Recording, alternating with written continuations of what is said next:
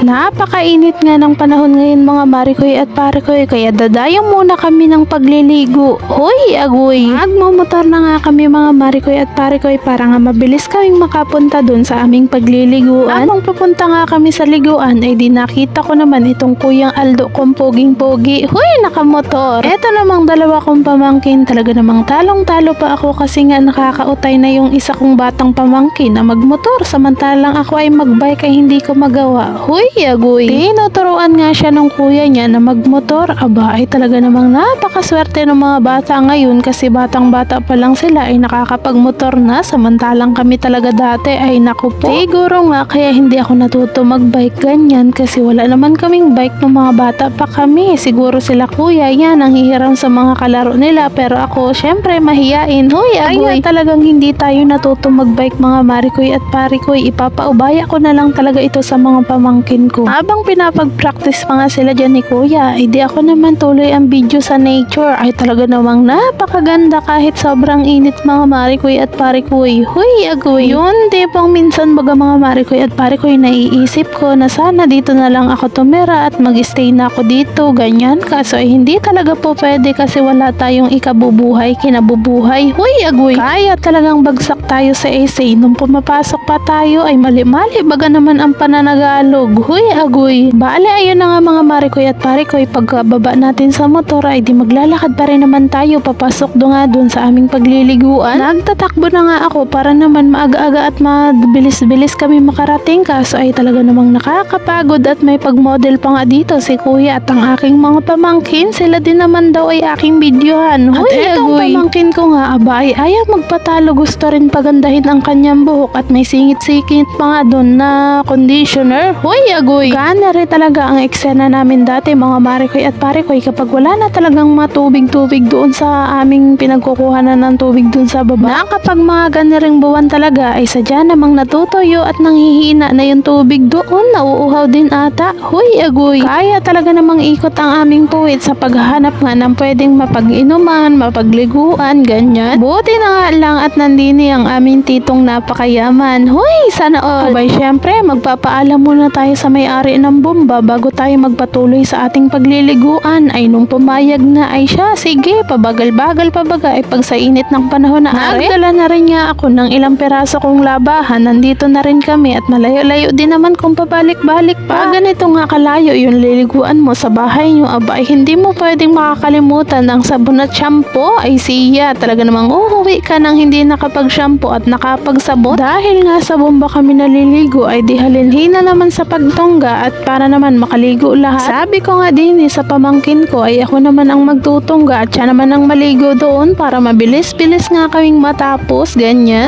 Buti-buti na nga lang din mga Marikoy at Parikoy, sadya namang medyo malakas pa itong bomba nila na kahit hindi mo nga pakatunggain ng husay ay talaga namang may natulong tubig kaya napakaswerte nila. Sana all na lang. Huy, agoy! Dahil nga wala pa din ang kuya naming mataba ay talaga naman pinagpaplanuhan namin na ano kaya at kunin namin lahat ng sabon tapos ubusin lahat namin ng tubig sa timba tapos bigla na kaming umuwi. Hala, kaso ay hindi natuloy kasi nakonsensya din naman kami. Huy, agoy! Dati nga mga Marikoy at Parikoy nung wala na kaming tubig sa mga hose namin, sa mga bukal, ganyan, ay di sa ilog naman kami tumatakbo kaso ngayon ay hindi na talaga siya pwedeng pagliguan at maunti na rin yung tubig. Sa inyo nga mga Marikoy at Parikoy, pakicomment nga dyan kung hindi natutuyuan o kaya ay hindi kayo nawawala ng tubig sa inyong mga barangay. Yung iba nga dito sa amin ay napakaswerte nila kasi nakakaahon-ahon sila sa kahirapan dahil meron silang mga makina, ganyan. Pero kami talaga ay talaga namang makina ang paa, ikot kung saan may tubig, ganun. Ako lang talaga mga Marikoy at Parikoy yung nakapunta na sa gubat, maliligo na ay nakapantulog pa rin. Ay siya, wala na akong susuotin mamaya kapag matutulog ako. Huy, agoy! Bale, natapos na nga kami sa pagliligo kaya uwian na nga mga Marikoy at Parikoy kasi nga humahapon na din. Aba ay magugulay pa kami nung pinanguha naming labong. Dati nga mga Marikoy at Parikoy nung mga unang panahon, nung mga kabataan ko pa nga ay sadya namang hindi pa ayos yung mga daan din sa amin tapos wala pang kuryente. Tapos ang ginagawa nga namin ay nakikinuod kami doon sa may mga bahay na may generator at TV. Yun, tipong magluluto ka ng maaga para naman pag gabi-gabi na lulusong na kayo, barkadahan kayo ng mga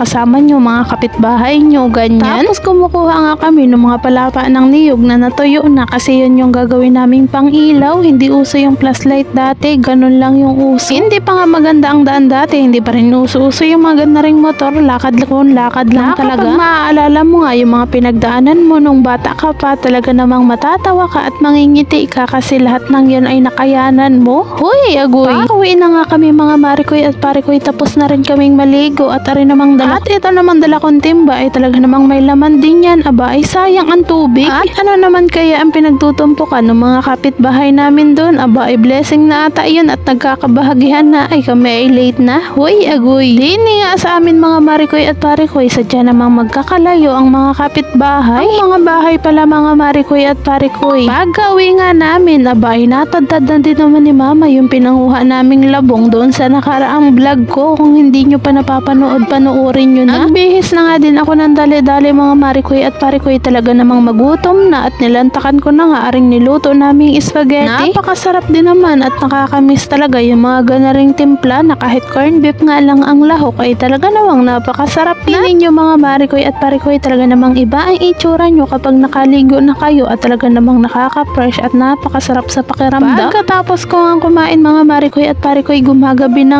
nga, kaso ay wala pa rin kaming panggata doon sa aming labong nagugulayin, kaya naglupas na muna ako dito ng niyo. Sa panahon nga ngayon mga Marikoy at Parikoy, aba, hindi pwedeng lagi ka na lang naganda-gandahan lang, kinakailangan mo ring dumiskarte para makakain. Hoy, agoy! Medyo nahihirapan nga ako dito sa pagtatapas ko at talaga namang itong aking lupasan ay galaw ng galaw, hindi pala naibaon ng maayos. Hoy, sana all, agoy! Amin ninyo mga Marikoy at Parikoy, talaga namang ibang-iba kapag lumaki ka talaga sa probinsya. Aba, lahat ng gawain ay alam natin na kahit na nga panlalaking gawain mga Marikoy at Parikoy, aba, ipapalig din naman tayo kahit papaano. Hindi tayo papayag na papatalo. Hoy, agoy, bida-bida!